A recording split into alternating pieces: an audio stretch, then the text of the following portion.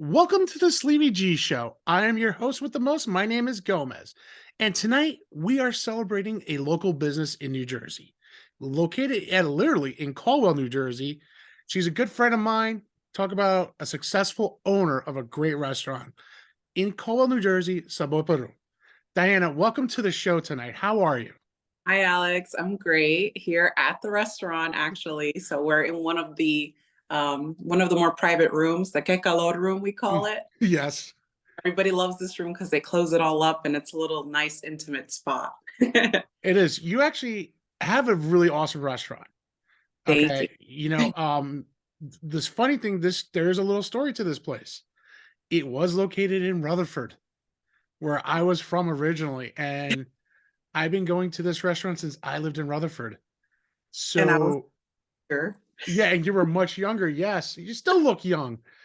I do remember it finally moving up here around, I think it was 2018 to the Caldwell area. I'm like, no way. I said, this restaurant sounds familiar. And then the old owners were still around at that time. And then something happened. You bought it from them. So they came in here for just a couple months, just they found this spot. Mm. Um, then they were like, we're done, we're retiring, we want to go to Miami. I'm like, well, what about this place? So I took over and it's been just such a both amazing and crazy experience, all of it combined in one, every emotion, but I would never change anything that happened so far. So I actually do remember when you finally took ownership, it was 4 months prior to COVID. And to be excited for you, you really surpassed COVID. Explain how you did it, because Oh my it's been God. a roller coaster couple of years for all of us. But I know me personally, I visit the restaurant multiple times and got food multiple times. So I know it's Oh, pro we had so much support from like our regulars, and thank God I mean, we were more known to be more of a dine-in. You have your birthdays here, so for us to switch to only takeout, it was something we really had to just completely shift. um it wasn't easy because the weekends is where most restaurants, small businesses, make their money. We rely on the customers coming in here, so we just had to be creative, make specials, do like family style meals. And on top of that, I had to work every day, like Mondays, Tuesdays. If someone wanted catering Monday, I would be the one cooking the food those days because we needed the money. So Mhm. I grabbed everything, I expanded the catering. I went to so many companies and told them, listen, I'll do your individual meals for everyone because they weren't allowed to have trays.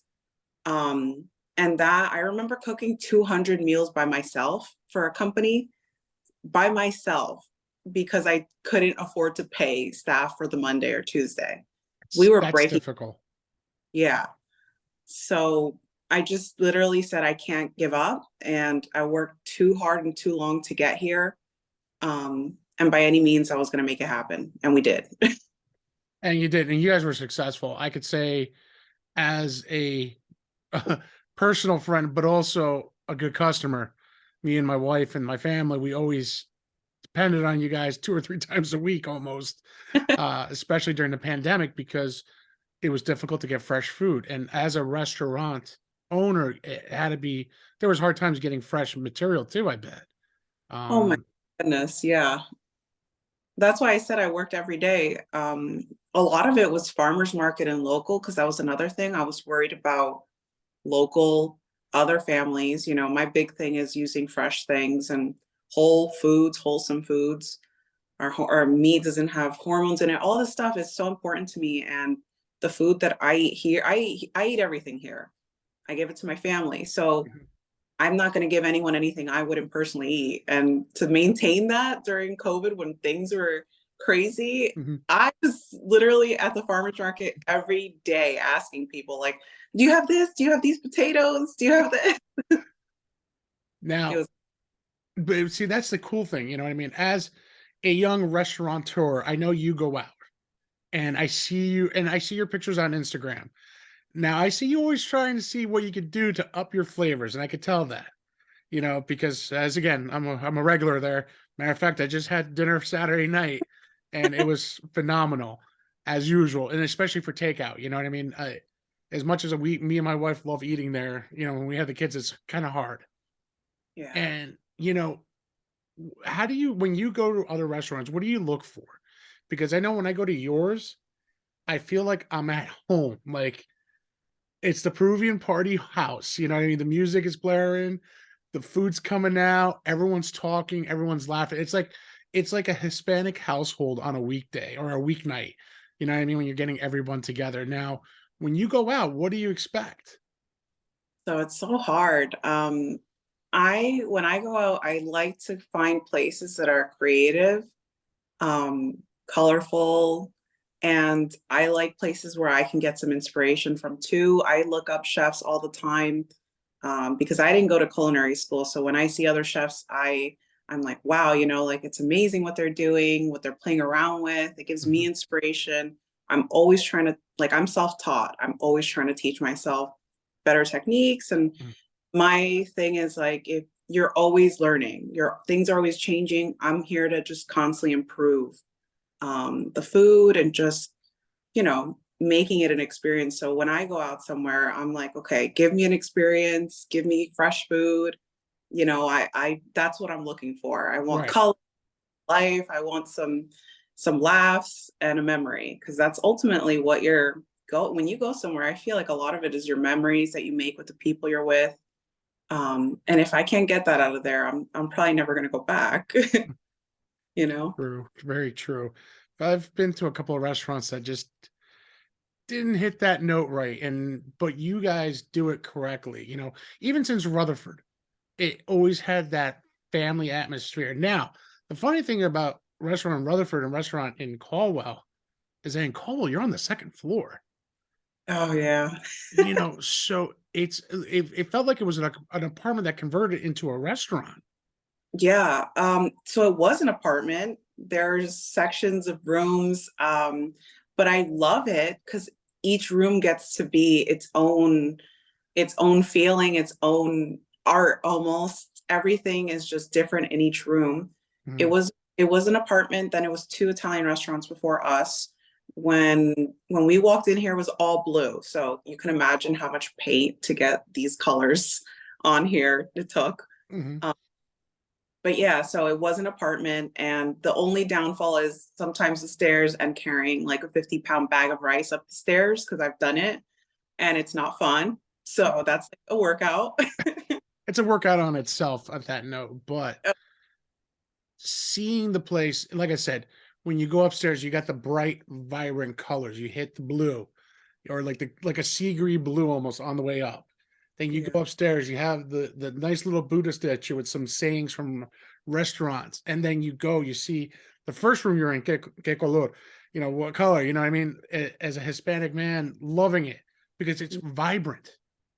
You have one room with the flowers, you have the other room that's like just chill, and that's what's great about it. It's small, but it has that home feel. Yeah, yeah. And I feel like any single time I get inspired, I'll just start doing like a different painting that'll just be, I'm like, okay, it's going to be happening here. I'm going to put Mhm. it in this room, and that's what happens. A lot of the paintings I do it here. So it it's part of the restaurant. Mhm. Well, I was gonna say, and then you do painting too, which again, I didn't realize that was you who was doing all the work when I started looking at Instagram. Like, oh wow, she does the painting, but she also does the drawing too, which makes you an artist and an artiste chef almost. Yeah, I feel like it's not so different, because when you're plating something, you're looking at the colors, you're looking how everything will go together. And that's why even when we did that, a lot of the stuff that we have is seasonal. So we had these beautiful purple magic Molly fingerling potatoes. So we used that for causa, and it Mhm. made a causa. Oh my God, it was, to me, I was like, this is the most beautiful thing just looking at it. Right. But yeah, a And lot of is combined. if you had to meet a chef, you know, who would you be? Who would the first chef you ever want to meet? Like, is it like a Gordon Ramsay, a Wolfgang Puck, or somebody else local? So for someone big name, they would have to be Anthony Bourdain. Okay. More of his spirit and his love for his food and the food, experiencing food anywhere. I think he has the most passion. And that's something that reading his books, watching anything that he's ever done, anything produced, that's the passion that I feel like an artist, a creator, any creative person, that's what I want to see. Wow. So I want it. It's like so much inspiration just to see see that and like feel it through his writing, feel it through watching him. So if it could be anyone, it would have been him. Nice. Maybe in another life. In another life, but that's a good one to have. I have watched a lot of his shows, especially the No Reservations. He was also a Jersey guy, if I remember correctly. Maybe He that's another reason why. it could be it because he is a New Jersey. He's got that Jersey attitude. But it's kind of funny. I was looking at some of his old shows and see him younger as a sous chef. And it was kind of funny. I think there was a show when I saw him and Gordon Ramsay go at each other, like on a cook-off almost. And it's like unbelievable respect for those two chefs. Yeah. You're talking about a Michelin star chef versus Anthony Bourdain, which he really had no reservations. Near does Gordon Ramsay when it comes to speaking their voices. But I mean, you run a tight ship too. I mean, you have a true awesome crew there. You have a awesome cook. You guys have great cooks there. I mean, you're the one that starts it. You know what I mean? You're that leader. So Yeah. for you to be at an age where it's like, wow, owning a restaurant, but you have grown it, like you said. You started as a restaurant, then COVID hits. Then you said you're doing catering. Now, catering for you is a big thing too, because I always see your little Instagram posts, like I said, hey, catering this night. And that's another big thing for you too, right? Yeah. So catering is the reason we're still here. Um, it got us through a lot of, because it's for sure, it's going to happen. It's scheduled. Um, and that I love it because you can be very, very creative with that. You can go completely off menu and have some inspiration off that. I love when customers tell me, I just want you to make food for X amount of people, but I need you to pick like the best things. And they leave it up to me. And sometimes I'm like, oh my God. But then at the end of the day, I'm like, okay, remember, they came to you for a reason. Um, and we've just expanded that more and more. Now more people know, hey, this place can do it. They can cater for 40, they can cater for 150, Mm-hmm. which I think not a lot of small places even think that they can do it. And I'm like, no, you can do it. It's possible. You just have to have a system, have to follow that, and get customers. And a lot of it is hearsay, or have people come here and then they know that it tastes good. You mentioned, by the way, we can do this Mm-hmm. for a lot more people on a bigger scale. And So and I noticed that, and like I said, I also noticed you do private events. I know you do birthdays, you've done engagement parties. Um, I've been there when you squeezed me in for dinner a couple of times, you know what I mean? But to see that come above, your talents is unreal because you said I feel like you are one of the main people that sets up the rooms. And matter of fact, your sister got engaged at the restaurant and we did. you had a big one. I mean, you closed the restaurant, which I don't blame you. But I remember seeing the pictures. You set that up so beautifully for your sister. I know. I was just like, and my brother-in-law was like, listen, I could do it. I don't mind. And I'm like, do you need help? Like this is what I do. I enjoy doing it. It's not a chore. Um, I love it. Even when customers are having their parties, they're like, listen, I got all these decorations. Can you help me? Even though you don't really need a lot of decorations here, but if they want me to arrange their flowers just to put on the table, I'm like, of course I could do it. It's so quick. It's quick for me, like 2 seconds. Hmm. Um, but yeah, I find it's such a compliment for me too, to be able to do all that, and then them trusting me with all that to make those moments just special. Yeah, and you had a couple of big ones in there, I could tell. I know Valentine's is coming up, so I know You're going to be putting the roses back up in the ceiling. If I remember correctly, you did that last year. We did, and then the lounge, we're changing that up. It's gonna be, I'm hand painting flowers all over. Um, there, it's just gonna be a lot more. You'll see it when it comes together. I feel like in my head it's there, and now Right. I just put it out and just put it all on the walls, basically. But that's again, that's another thing that's unique. A lot of people don't do that. It's like an old school version of restauranting, like, like old school love. You know what I mean? And that's something that's important for a person too. And to see your flair show up is the best thing. Yeah. I mean, I know you've hold a few private events, and I remember we talked not too long ago, and you're like excited about who you catered for. You catered for Google in the city. Now, how did that come about? How did that go? So one of our customers came here to eat for her birthday. Again, you never know who's sitting down. We've had, NFL stars, we've had big DJs that play international everywhere. And then you have people who lead everything in Google. And that's what happened.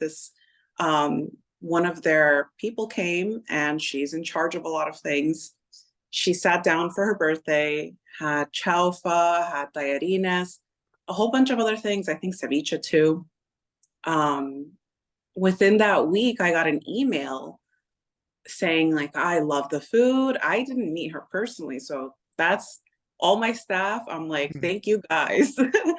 um, they handled her. They took care of her greatly because she emailed us and she said, hey, I want catering for my company. The company catering, it's about 60 people. I'm like, yeah, of course. Where is this for? What is it? Then she sends me another official thing because now they're going to do it. Now I see the Google email and I'm like, oh, so she goes, it's for Google, the headquarters in Chelsea. Uh, I'm like, what? Are you serious? So we did it. I was so nervous because I'm like, okay, the food, like, do I cook there or because they have a kitchen there? mm. Do I, risk it, put it in the heat boxes and bring it over there? Um, I tested it out beforehand. I saw how fast I can drive to Google on my days off. I'm like, let's see how long it takes me. Luckily, that day there was no traffic because everyone's like, it could take you 30 minutes, it could take you 2 hours. And that's scary if it takes you 2 hours. But the everything was in our favor that day. It took us 35 minutes to get there. Wow. We unloaded. The staff was so nice. Everybody was just like so excited to see the food. They brought out their wagon. They had like a parking. I was like, oh, thank God I don't want to get a ticket here. Um, Everything was perfectly hot as if I just took it out of the back, which was great. I was Mhm. nervous. Oh my God, what if it's cold? Um, and they got to enjoy all the food as if they just got it out of the kitchen, which was great for me because that's what you want at the end of the day. It was just so smooth. And then the people there, they just kept ordering. So it was great. It was a great event, good energy. I wish I took a picture. I was such in a rush that we just didn't do it. All I have are our emails. But that's awesome though to see, to get a big time corporation like Google. Yeah, Like you yeah. say, you just don't know who's going to eat at your restaurant. Like you said, you had NFL players come, which I kind of know which one who it is. One of them. So Um, biggest one. yes, Victor Cruz. And that's pretty cool because when you see a retired NFL star, it doesn't matter who it is, to come at a restaurant, it's like cool. You had big time DJs. That's awesome. You know what I mean? You had celebrities. I'm It, a nobody, so don't worry about it. I'm just a podcast. I'm an indie podcaster here. I show up once in a while. we've had them. And Victor Cruz's favorite dish would always be the lima usually. So that have the lomo, the chaufa, and the tallarín, the chicken noodle with the noodles. Then we had, some of his friends come, other ones, players that, I don't even really watch sports. So I just remember one played in LA, another, So I'm just like, oh my God, they would tell me later on, like, oh yeah, I played for this. I mean, obviously, these men would come in like giants. And I'm like, they definitely play sports. Oh, without a doubt. But yeah, so them, the DJs, and then it's funny because one of the DJs, his name is Roland Clark, and I would play his music when I was struggling in the pandemic here. And I remember just being alone here and just like playing his music, really loving the song, thinking this song's getting me through today. And then next thing you know, he comes to eat here. And I'm like, what? Like, that's insane. I actually remember you were telling me, he's here. I'm like, no, he's not. And you pointed it out. I actually wanted to say hi, but I was like, you know what? The guy's eating his dinner. I didn't want to bother him, but that's so cool to see that though. You know what I mean? But plus, again, professionally, you know, you're not going to try to bother guys. Hey, can I get an autograph? You know what I mean? That's always after dinner. I'm like, hey, is it cool if you sign up, you know, for an autograph or two for me? And that's cool. You know what I mean? Um, which is awesome. So you have celebrities that come into your restaurant, which is like, that's big time right there. You don't hear a lot of that. And I just, and it's funny because again, like to me, I don't really realize it right away, or I'll just treat them like I treat everyone else with a lot of respect, a lot of like, I'll come in like happy, smiling, like, hey, my recommendations. And I always expect that with the staff too. So I'm like, guys, you never know who's going to sit down. Even so, like someone who's a celebrity or someone who's not, we got to Mhm. treat them all the same. It's important. It is. And that's one thing, that's a key thing at your restaurant too.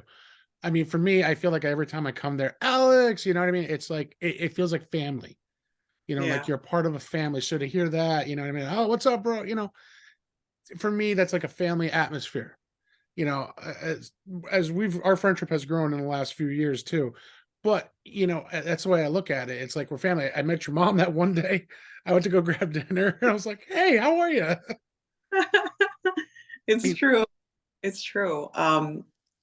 And it feels like that, like you gain more family because even some of my customers, their kids from that time have been growing and they just remember you. And some of them, they come so often that they started calling me Tia. And I'm like, love them too. So I just say, yes, I am. Like, Exactly.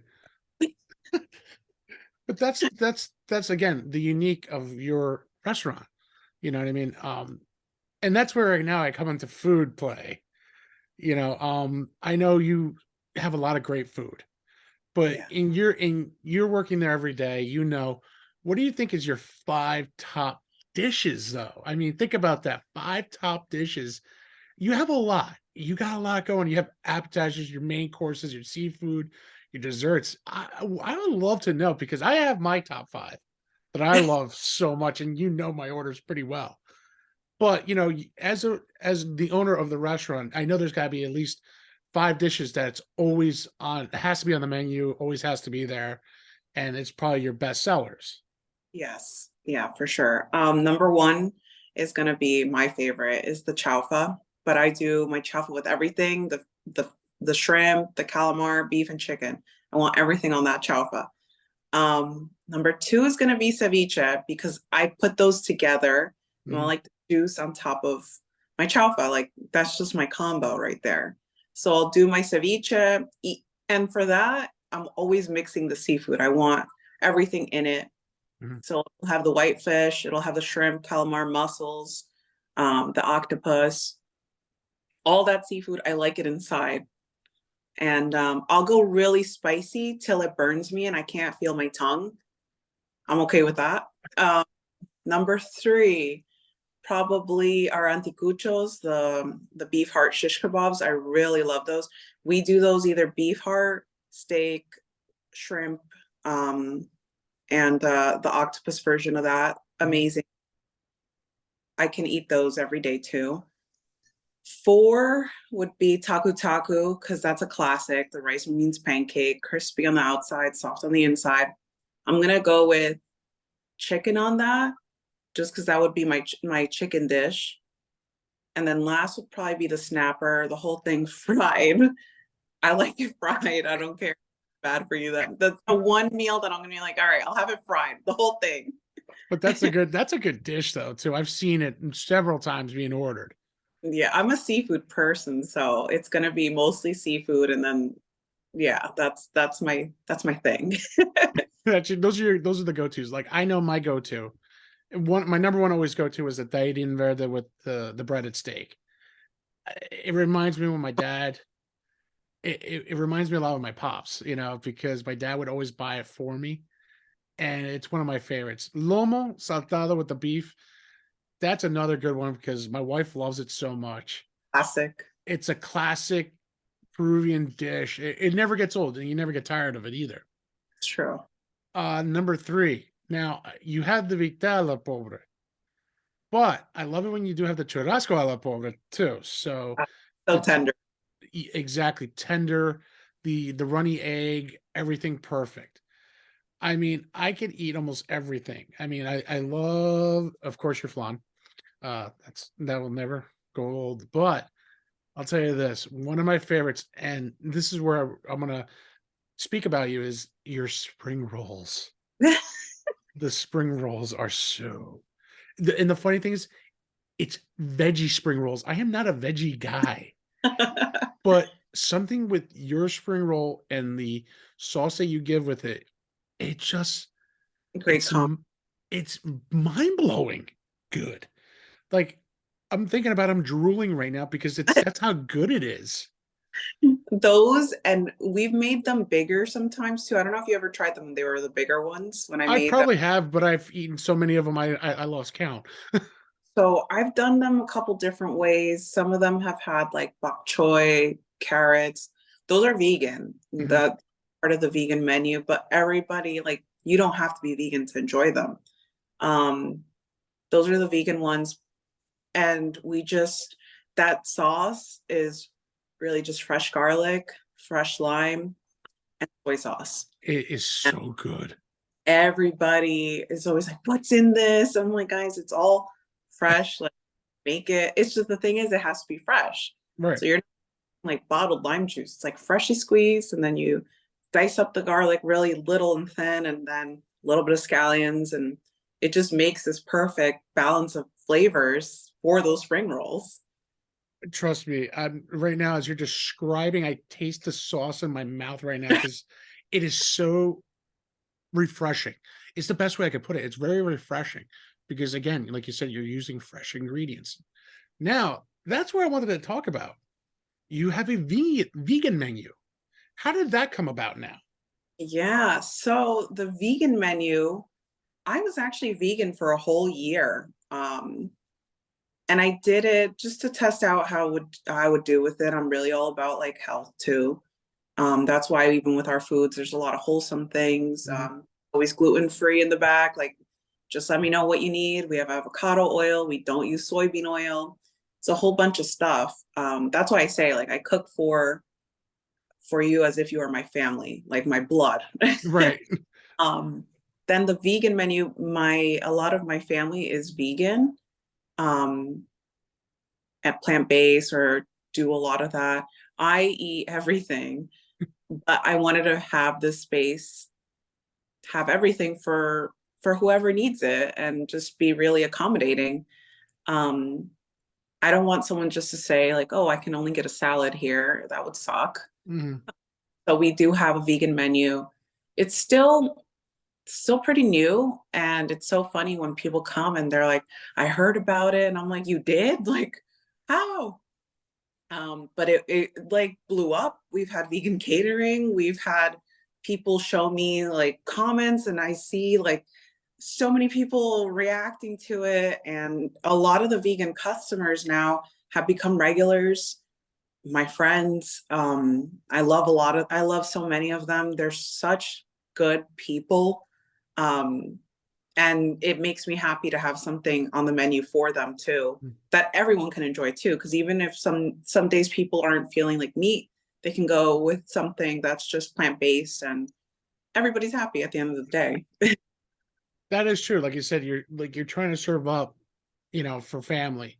And that's like truly, truly awesome. And that's mad respect because I know You always have something different there. And I know you used like, hey Alex, I'm gonna send you something when you pick up the food. I'm gonna send you something to test out. And me, I'm always, hey, I'm down to test out the food. You know that. Yeah. I know. I remember when you had the pumpkin cheesecake. Oh Yeah. my god, that was so good.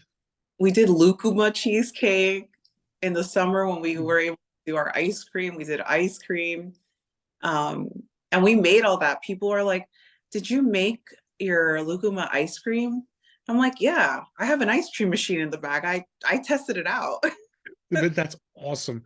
Now you have. I know when you make the cookies. Alfajores, yeah. Yes. Now, I did have a request from Laura. She would like a dozen for her birthday, which is coming up in February.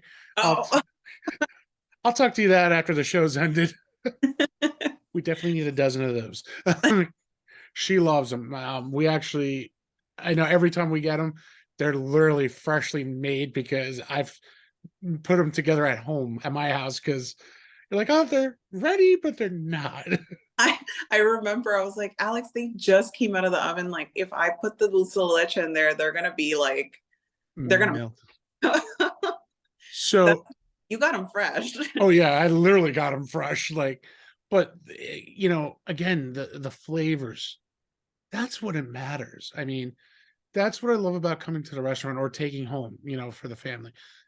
It's everything tastes like you're in Peru.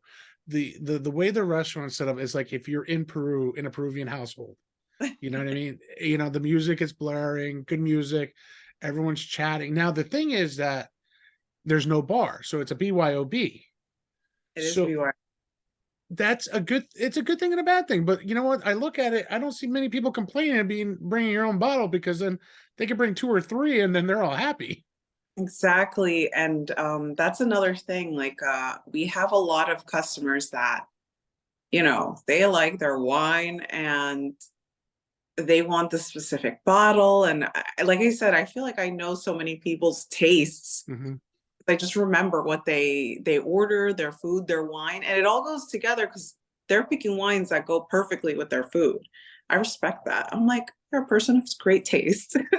I go with the Inca Cola, so And I go with the old fashioned.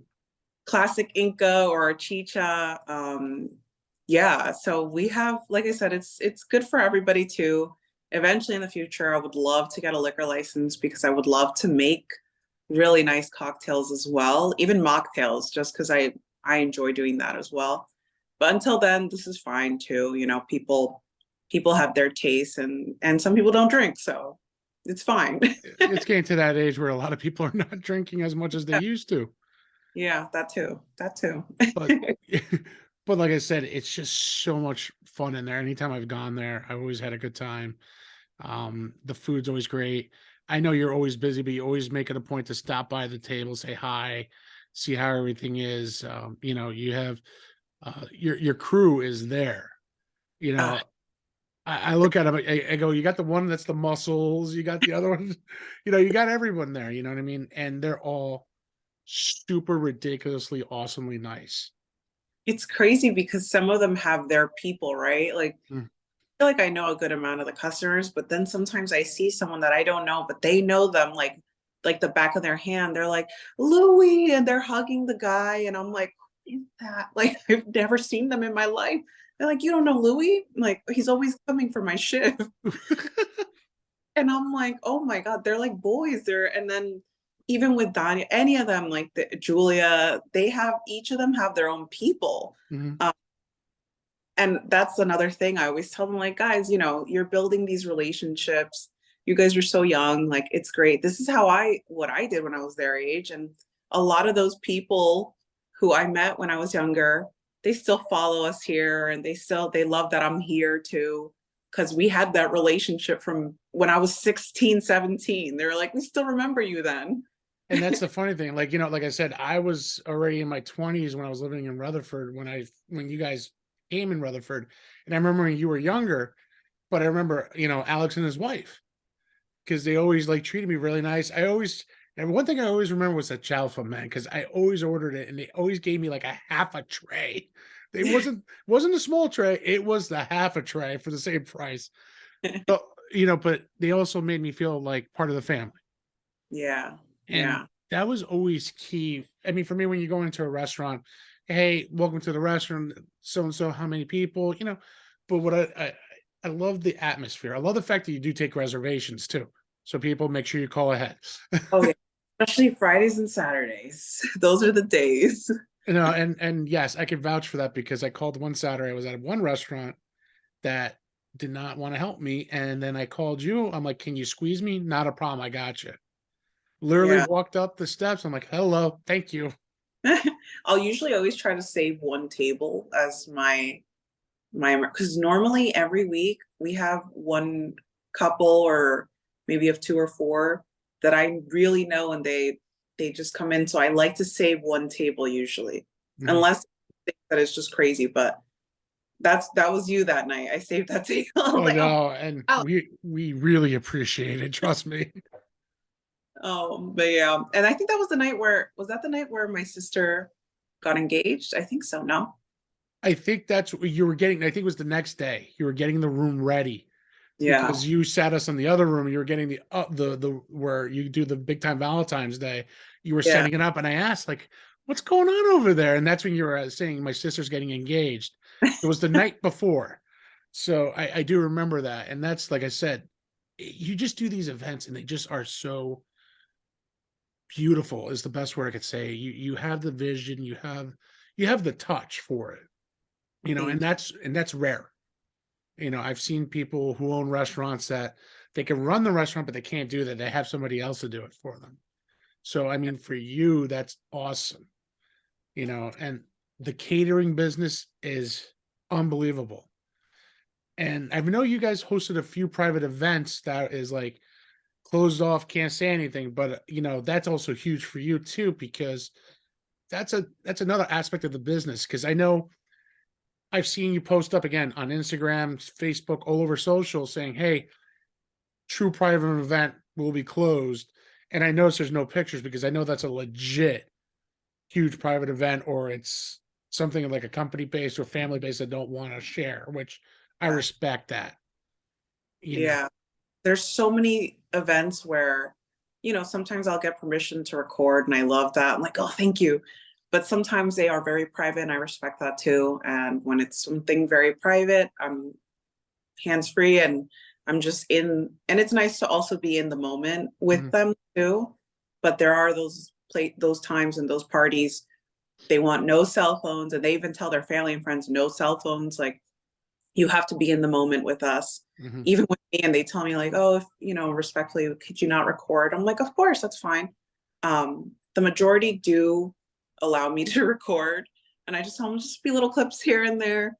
Um, but then whenever someone needs it to be super private, super intimate, I am totally okay with that. I like that too because then it's like you're part. I mean, I am part of the party, Yeah, so it's fun. that's awesome. Like, and the other thing is like, when you're doing these awesome events, you know what I mean? You come up with some awesome ideas for new dishes. Now, are there any new dishes coming out in the future for the restaurant? So yes, I know that I sent you an article about how the restaurant in Rutherford even started with on my Yes. um his seafood spot. It was a small little I'm gonna say the size of this calor room Hmm. type restaurant, just a couple seats, a lot of seafood and a lot of oh, can you see me? Yeah, I Sorry. can see it. No, no problem. I can see you. A lot of it was really heavily, influenced Peruvian and Japanese. Hmm. I've been really studying that recently, really getting interested and involved in it. And I want to start putting out some more Japanese Hmm. influenced that have the Japanese Peruvian touch. Um, I'll go little by little just so it can just start trickling out. Hmm. Before I put something solid because not everything's going to be a hit, and that's okay. That's like part of it, not everything. But when there's something good, it's going to stick, and that's what I'm hoping to add into the menu. So soon, you guys will start seeing a little bit more fun, like different fusion things with our regular menu. So it's not just going to completely disappear, but I'm gonna start adding a little bit more of the Japanese flair into it. That's going to be cool. I actually am looking forward to that, to Mhm. see what you can do, because that's interesting. Because again, background of me, I'm Cuban and Peruvian. My father was Peruvian. The big thing is the Japanese flavors in the Peruvian food growing up. Yeah, And reading that article, it brings like a little smirk to my face, because it's kind of funny when me growing up in Passaic and Rutherford a lot of the Peruvian food that I used to eat prior to you guys in Rutherford was out of either Passaic or Patterson, where the Peruvians, like I call it Little Peru, it and was. Yeah, there's some certain areas that's just all Peruvians, and you get all these special desserts, the bimbo soda, the Inca colas, the old school Peruvian drinks, the food, the way it was cooked back in the day when you're living in Peru, and the abuelitas are calling los niños in, So that's something that I'm looking forward for you to do. That brings back some, for me, memories of my dad and hearing his stories growing up in Peru, yeah, which means a lot, you know what I mean? Because you don't see that in you, you know what I mean? Uh, as a restaurant, or you see the vision and you're looking at it and you're like, I'm doing that. And that's so rare. You know what I mean? Like you can capture the time capsule of Peru back in the day and celebrate it now in 2023. And, yeah. and that's bold and that's awesome. It's really that's why I said it's not everything's gonna stick, but the ones that do, I'm excited for that. There's so much in my head for it that it's just gonna have to come little by little, because if not, all of it at once is just gonna be just like an explosion. um, That will. yeah, so I think I think we're gonna start doing more every month, something new, Hmm. until we have a certain amount of dishes ready listed. Hmm. Um, Constantly testing them out. Obviously, letting people even just try it out. Like when I have you try things out, I'm like, hey, my regulars, I'm like, I want them to try this and see what they think. No, not a problem. I'll be there in a heartbeat. And you say, hey, I got something for you. I'm like, I'll be there in a minute. Yeah. And the funny thing is, I do remember is last year we got a shirt from you. And so for me, my wife wears that shirt proudly. I'll tell you that much. She took it out of my hands. I'm like, that was for me, but it's now hers. So, you know, everywhere you can go, I know you're on Facebook, with the restaurant and Instagram. Yeah. Um, Now when it comes to this, you know, are you gonna have someone expand it for you a little bit more, or you're gonna traditionally do it, the social media still? So until I can't handle it, until there's a second spot, because a lot of the social media is me before I don't even think that, obviously the first restaurant there was not too much, it wasn't that big and that important for people. Hmm. As a millennial, social media is so important. It's everything. It's how you get new customers, aside from word of mouth and any ads you can run through the newspaper or whatever else, other physical ways.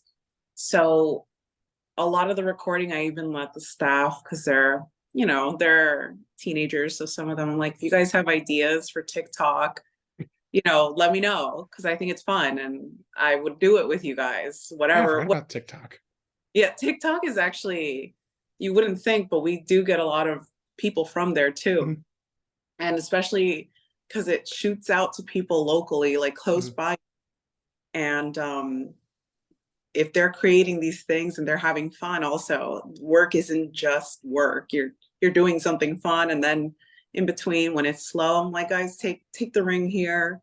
But it's fun. It's never, it's work, but you're also creating and just having fun. I think that's important. I remember having a job where they just sucked the life out of you, and I'm like, I don't want to come back here.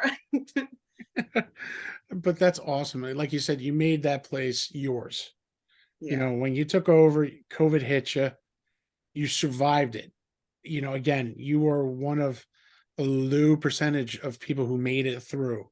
you beat it and survived it. And Yeah. that's amazing. And now look at you now, you got a thriving restaurant, you have the catering, you have your private events, you're going off catering, you know what I mean? So that's even better, you know what I mean? Where you can go somewhere and cater to other people. Yeah. I mean, skies are the limits for you, Hopefully there's gonna be a Sabor Peru #2 somewhere nearby, bigger and better, you know what I mean? But you always will always come back home to the original. Yeah. Yeah. It has my heart in here. Yeah, and it shows though when you go up the stairs, you see the colors, you see all the signs.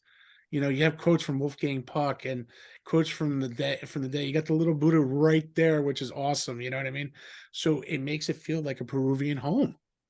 Yeah. I mean, that's just having that warm vibe that was really important, the liveliness, because it's just one thing that I think your initial feeling, that energy is so contagious. It is.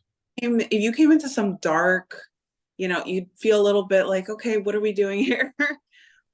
Especially if it's a Spanish spot, you Mm. want it to be lively.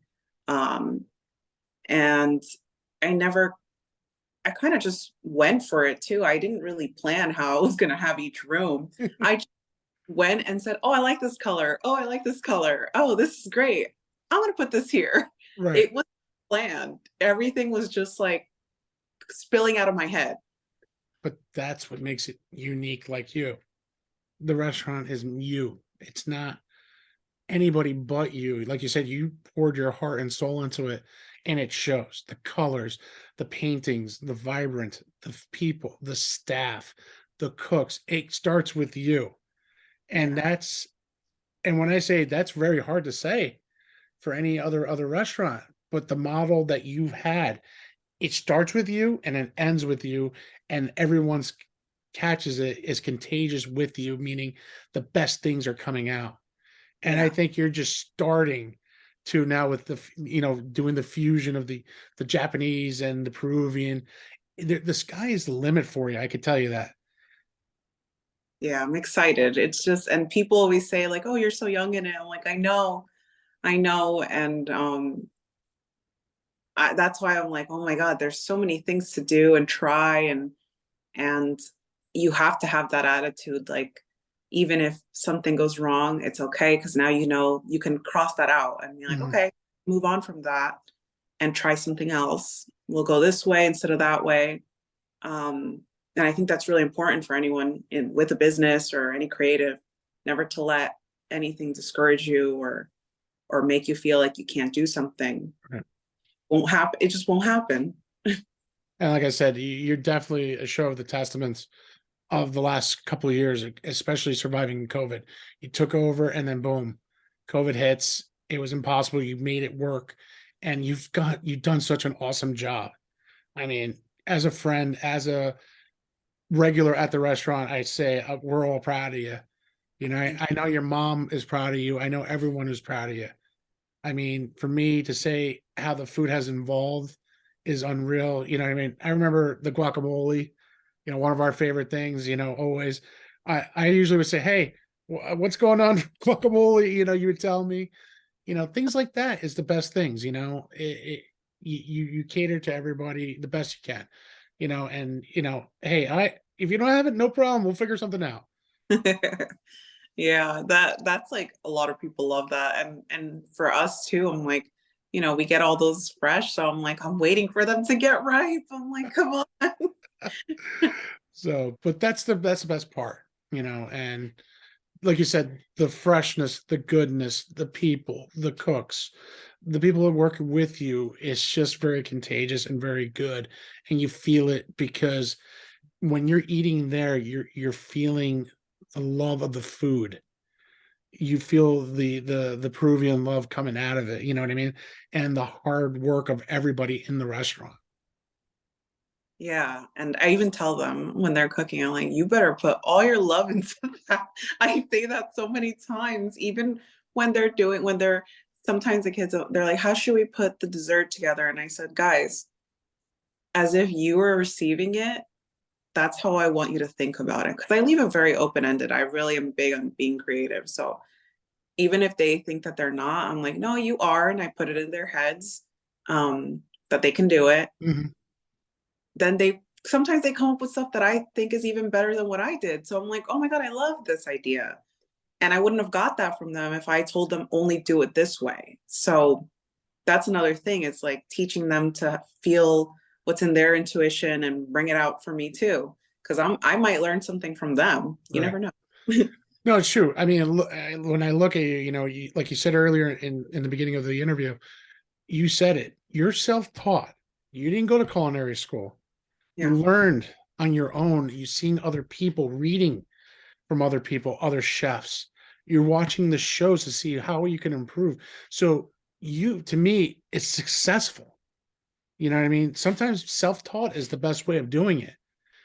I mean, don't get me wrong, going to culinary school is the best thing too. But Yeah. if you could do what you did, Diana, it's unreal. And to me, that just shows where you're at. If you had a cooking competition against one of the best chefs, I bet you 9 times out of 10, you're going to win because you come from the background of food that you love. And there's more love than hard work. And there's hard work to it, don't get me wrong. But when the love shows in the hard work and the dedication, the love of the food, it's pure joy. I remember one customer, and he was a surgeon. He asked me to cook in his house. He's like, I will pay you what it costs to open up the restaurant, close the restaurant, whatever it is, I'll pay that. I want you to cook in our house. And I Wow. was like, okay, because that's another thing. Cooking for an audience, I am very much a private person. So I communicate with everyone, but about other that was like all eyes on me when you cook. Mhm. I done that. That was the first time I did it. Um, and this house was insane. It was like marble everything. I was so scared to touch anything in that kitchen. The grill was like out of my dreams. Um, and I had to do it in front. And I said, you know what? I brought some staff with me. I was like, you guys are going to be basically helping me with little things, passing me the sauce, passing me this, putting this in one dish, ready to go. As we were going through it, it became so easy. People were coming up asking, what are you doing? How did you season this? I could talk while I was cooking. And I just put it in my head that it was just going to happen. It was okay. And I could do it. And that too, I was like, wow, I can do this. So I'm like, okay. And I remember them asking, what culinary school did you go to? And I was like, oh, well, I'm self-taught. A lot of the chefs showed me how to do this. Their knowledge is self-taught as well. And a lot of Peruvian food, you don't really learn that in culinary school. Mhm. It's mostly Italian. Those are the main things that dominate everything. So a lot of this, if you don't have someone that knows, you're not going to learn it the authentic way. And then I learned their secrets, and they were like, this is what you do to do this. And I'm like, okay, I wouldn't have known that in Right. culinary because they wouldn't have taught me the Peruvian way. To be honest with you, I remember the first time I made lomo saltado at home, and I was just like, I'm looking at some of the ingredients. I'm like, all right, I know I need steak. I know I need fries. I know I need tomatoes. I know I need onions. Yeah, Need some soy sauce. Need some black pepper and some adobo. And you know what? Everyone's flavors are different. yeah, You know, I have a secret little sauce that I put in it, which makes my flavor a little more intense compared to yours. So I always ask Laura, so whose is better? Hers or mine? Yours is always beating mine, but I go, look, she works in a restaurant. I don't. I don't cook this every day. She does. So, but you know what? You've seen the pictures, and even you said that looks really delicious. it does. And everyone has their different flair to it. Mm-hmm. Um, because even going to different Peruvian restaurants, like when I went through, like I did a little South America tour, and there was a bunch of different spots. That's where I was trying out every single alfajor. I was trying out every ceviche, just because I wanted to see how they do it down there and to compare to myself. And That was another important thing. I did that before this, before the restaurant. Mhm. I was like, I'm gonna do this, I'm gonna have it. So I want to know how they do it down there. So I know and I can justify myself and my flavors. Um, and everyone had a little different style. The tacos in different places were different. Some of them did it crispy, like in the wok. Some of them just mashed it up together and it wasn't crispy at all. Everything was different. The types of seafood used, the types of fish used for ceviche. You Mhm. could just go anywhere really. It was really, really different. The cookies too. So I appreciate and I can see where someone likes one thing more than the other, but also I think it's also really subjective because if you're going somewhere where there's a lot more seafood, they're going to make it different. If you're going somewhere more in the mountains, they're going to make it different too. Oh yeah. That's like another thing. People have wherever you're located, it's gonna change what you have at hand, the ingredients, the style, where how you're gonna cook it. Are you gonna cook it outside? Are you gonna cook it on a stove? Can you cook it in the earth? It's really different. And I think people don't think about that sometimes, you know? They don't, because my dad would tell me stories in Peru. I've never been to Peru. It's in my bucket list to visit where my dad was from. He's told me stories how the guys in the mountains, like you said, will dig up the earth, put the wood in, the pots and pan, the old school way. Then you got Yeah. your street vendor guys who have a little 4.99 barbecue pit, and they're making lomo saltado that way, unbelievable. You know, it, and you have your five-star restaurants that do something totally different. So, I mean, no matter where you go in Peru, either if it's that $1 street vendor guy, that five-star $300 dinner, or you're going high in the mountains up in Machu Picchu, and you're going to eat good. No matter where you go, you're going to have different flavors. Yeah. Yep. Yeah. That's why I tell people, I'm like, maybe again, something from your family that they do completely different that we've never done. But a lot of ours was heavily influenced from the Japanese Mhm. because of my uncle's father. And that's something that's why I said that's so special to us. And I've been just doing so much reading about it. And it's so interesting, like how people move and how it influences the food because Peru has so much Japanese, Chinese, Italian influence. Like you're getting a lot of different things in there that influence what it is now Mhm. compared to what it was before. Even the American Peruvian, or the fusions, it's all very different. And I think that it's exciting to be able to experiment with that whole history because it's almost like endless. Yeah, it is. And like you said, but I gotta say this, I'm so impressed as a motivator, self-motivator, a teacher, learning on your own. It's amazing what you've accomplished in this restaurant. And I can't wait to see what the future holds for you guys. And I will say that. And one thing is, I would like you to say to everybody, where could they find the restaurant? Where can they find you? That's the next thing now is, where could these people find the restaurant, find you on Instagram, on Facebook, everywhere? So our Instagram is Sabor, Sabor, Peru, NJ. The website, saborperucaldwell.com, and we are 373 Bloomfield Ave in Caldwell, New Jersey. We are the second floor, so we don't have an elevator, unfortunately. If anyone is a little, we don't have that available. This building is a little old. That's why I'm hoping for the next location that we will be able to be on a first floor. Um, but for now, it's just this location, but catering's always available. We can come to your home. I can cook at your home, whatever is needed. And we try to make our best to make it happen. Excuse me. That is so awesome. I gotta thank you for coming on tonight. For being the local business. I really appreciate it. And this is what it is about, celebrating what you're about. And I can't thank you enough. And the show will be airing soon. We're gonna get it up. Definitely could check it out on the sleevygpodcasts.com. It will be on Apple Podcasts, Amazon, Spotify, Google. Well, not Google, Good Pods, Anchor.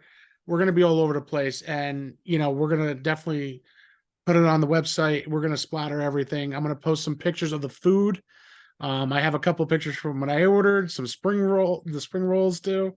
I'll post up some food on my website so people could see the beautifulness of the food too. So check her out, call her for some reservations, come out for Valentine's Day. It's coming out soon. Just come out and enjoy the food and, have fun with it. And I can't thank everybody enough for coming out tonight. Thank you, Alex. Thank you. No problem. Thank you guys. Have a good night. With love, peace, and more happiness. Thank you guys.